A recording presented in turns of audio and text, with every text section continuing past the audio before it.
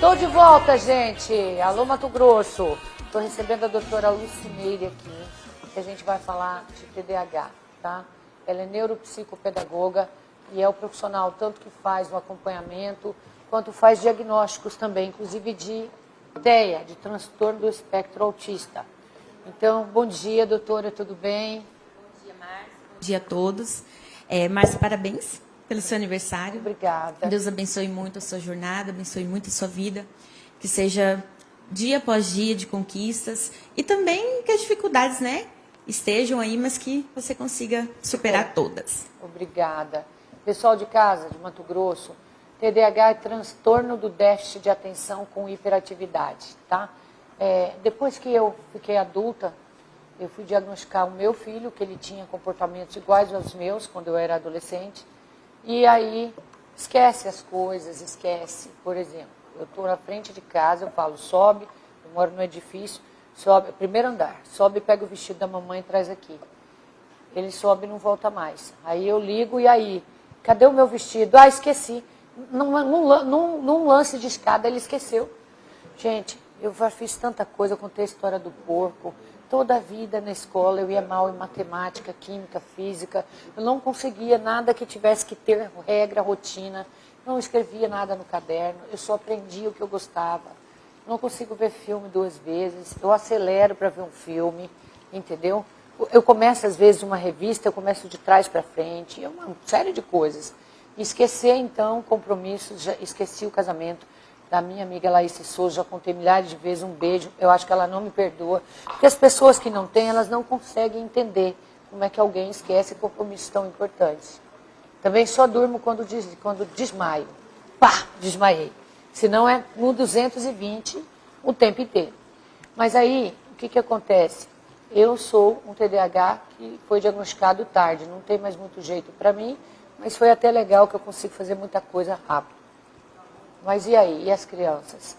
Porque tem um prejuízo tanto para a educação dessa criança, né, a qualidade de vida dessa criança, porque é como se o mundo estivesse correndo dentro da gente, e eles têm uma predisposição a vícios em droga, jogo, álcool, o TDAH não tratado, isso é muito sério. Então você tem realmente que ficar atento. Doutora, como saber se um filho é TDAH ou não? Então, o TDAH, ele não é uma doença. Muitas pessoas pensam que o TDAH ele é uma doença. E, na verdade, ele não tem cura. Então, o TDAH ele é uma disfunção de uma parte do nosso cérebro, que se chama o córtex pré-frontal, onde essa região é responsável pelo raciocínio, pelo controle inibitório e também pela questão da personalidade das pessoas. Então, quando há essa disfunção, esse indivíduo ele sofre com algumas alterações e alguma predisposição a esse déficit nessas habilidades, que seria quais? A hiperatividade e impulsividade, a desatenção e também, em decorrência disso, o comportamento social, que afeta tudo, né? Então, o TDAH, mas nós precisamos identificar muito bem essas áreas de déficits que o indivíduo apresenta, e nessa identificação nós devemos seguir muito rigorosamente o DSM-5, que é o que nos ampara, que é o que nos, digamos assim, que ele nos norteia para a identificação dos sinais e também a identificação do diagnóstico. Então, nós temos que ter muito cuidado com isso. Por quê? Para a gente não ter aí um diagnóstico precoce, não termos um super diagnóstico como está acontecendo. Hoje em dia, as pessoas falam, está tendo surto de TDAH, porque tudo é TDAH, né? A criança está agitada, é TDAH. Então, nós temos que ter muito cuidado nessa questão do diagnóstico. Por quê? Porque as crianças, o cérebro da criança, dos 6 meses até os 6 anos de idade, desenvolve cerca de 56%. É legal a gente saber disso, porque é exatamente aí que a gente precisa entrar com intervenção. Então, se o seu filho tem, por exemplo, qualquer dificuldade de aprendizagem ou um transtorno, né, que necessite dessa estimulação, dessas habilidades específicas, aproveitem, gente, essa janela aí de estímulos porque a criança vai desenvolver, o cérebro dela, 56%, é uma taxa muito alta, né? Até os 6 anos de idade. Então, assim, depois dos 6 anos, acontece da gente perder certas capacidades de desenvolver as habilidades. Então, por isso que é tão importante nós realizarmos avaliações. Os pais, gente, observem em casa.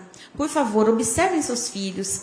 Muitas vezes, principalmente no TDAH, Márcia, os pais têm a tendência, acho que um pouco por falta de informação, né, por falta de buscar, são impacientes com os filhos. E aí, esse menino é desatento demais, esse menino, ele não presta atenção em nada, esse menino tem problema. E acaba prejudicando mais ainda o desenvolvimento dessa criança. Então, preste atenção no seu filho, sente com ele, observe esses comportamentos. Qualquer alteração que você perceber que está além do normal, né? Porque mãe sabe, principalmente a mãe, né? A mãe, geralmente, ela sabe. Então, quando a mãe perceber qualquer alteração, a gente não se omita, procure um profissional, faça uma avaliação bem feita, procure um profissional que seja capacitado, que seja de confiança, para que você consiga identificar esses sinais o mais rápido possível, para que a gente consiga entrar com uma intervenção e melhorar a qualidade de vida dessa criança, porque a criança sofre, a criança, isso atrapalha todos os níveis de desenvolvimento em todas as áreas da vida da criança. Então, temos que ter muito cuidado com isso. Ó, Lucimeire Lagassi, ela é neuropsicopedagoga. E como observar? Porque até então, tipo, até os 6 anos, eles não vão para a escola, é pequenininhos. Tipos de coisas que a gente podia observar neles pequenos, de 2, 3, 4 anos de idade. Eu lembro do meu filho, ele tinha algumas coisas, tipo, não podia cair um pingo d'água na roupa dele, sabe? E ele gostava muito, tinha o hiperfoco. Hoje eu vejo que era com os carrinhos, que ele era obsessivo com algumas coisas. E, gente, isso não limita ninguém. Eu estou aqui em um programa para o Estado, só aqui na empresa eu trabalho há 24 anos. E o que acontece é que eu sou esquecida, eu protagonizei episódios na minha vida que me complicaram para esse negócio da impulsividade. Quando você viu, você falou algo que não devia ter falado. Você não tem muito filtro, entendeu? Mas assim, vamos pensar nas crianças. Como a mãe suspeitar que um filho pode ter transtorno de déficit de atenção com hiperatividade? O TDAH, existem 3 tipos. Existe o TDAH predominantemente desatento, que é onde aquela criança ela não consegue manter atenção. Ela não consegue, por exemplo, tem uma criancinha ali, e esses sinais, gente, começa muito cedo, tá? 2, 3, 4 anos você já consegue identificar. O diagnóstico, ele é muito importante ser realizado depois dos 6 ou 7 anos, exatamente para não realizar um diagnóstico precoce, porque tem crianças que apresentam, por exemplo, uma certa hiperatividade, mas não significa que ele é um TDAH. A criança simplesmente, ela realmente é um pouco mais hiperativa do que as outras. Então, você precisa ter muito cuidado quando você observa esses sinais. Então, as crianças de 3, 4 aninhos ali, você já consegue identificar. Por exemplo, a criança está brincando com um brinquedo, e aí ela vê aquele brinquedo questão de 1 minuto, às vezes nem chega a 1 minuto, já não quer mais. Aí já quer outra coisa. E ela fica inquieta, ela fica sempre procurando coisas novas. Então, assim, ela não consegue manter foco, concentração e atenção naquilo que ela está fazendo. Esse é um dos tipos do TDAH. No adulto, vou fazer uma correlação para a gente entender os tipos e os sintomas, as manifestações em criança e adulto. No adulto, é aquela questão da desatenção. Não consegue concentrar também naquilo que está fazendo. Muitas vezes esquece um compromisso, esquece, por exemplo, marcou uma reunião, esquece o porco dentro do carro. Meu Deus. Então, assim, gente, isso realmente assim, é muito grave. A gente pensa, não, nós que, né, que olhamos de fora, nós pensamos, não, isso é coisa demais, isso não pode ter acontecido, mas acontece. Então, assim, só quem convive com a pessoa TDAH sabe as dificuldades que a pessoa tem, né, que a pessoa passa. Então, o outro tipo é o hiperativo, que é o quê? Na criança, o que os pais podem observar? A criança não para quieta. Ela está aqui no sofá, mas ela está subindo, ela está pulando, ela vai dali, vai daqui, pula aqui. Não para quieta 1 segundo. ela não consegue sentar, por exemplo, está assistindo até televisão, que é algo que chama muita atenção da criança, mas ela está subindo no sofá, está virando de ponta cabeça. Tem criança que assiste a televisão de ponta cabeça. Então, tem isso mais é um uma sinal. lá em casa. Já está identificando, Márcia. Então, assim, isso é um sinal, né? E esse é mais um tipo. E nos adultos, as pessoas hiperativas são aquelas pessoas que mexem muitas mãos, mexem muitos pés, está sentada assim, está balançando os pés. Então, assim, são esses sinais que a gente verifica também em adultos, a questão da hiperatividade.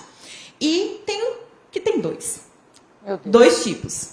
Esse é o nosso terceiro nível, né, de diagnóstico, que é tanto desatento como hiperativo impulsivo. Uma característica muito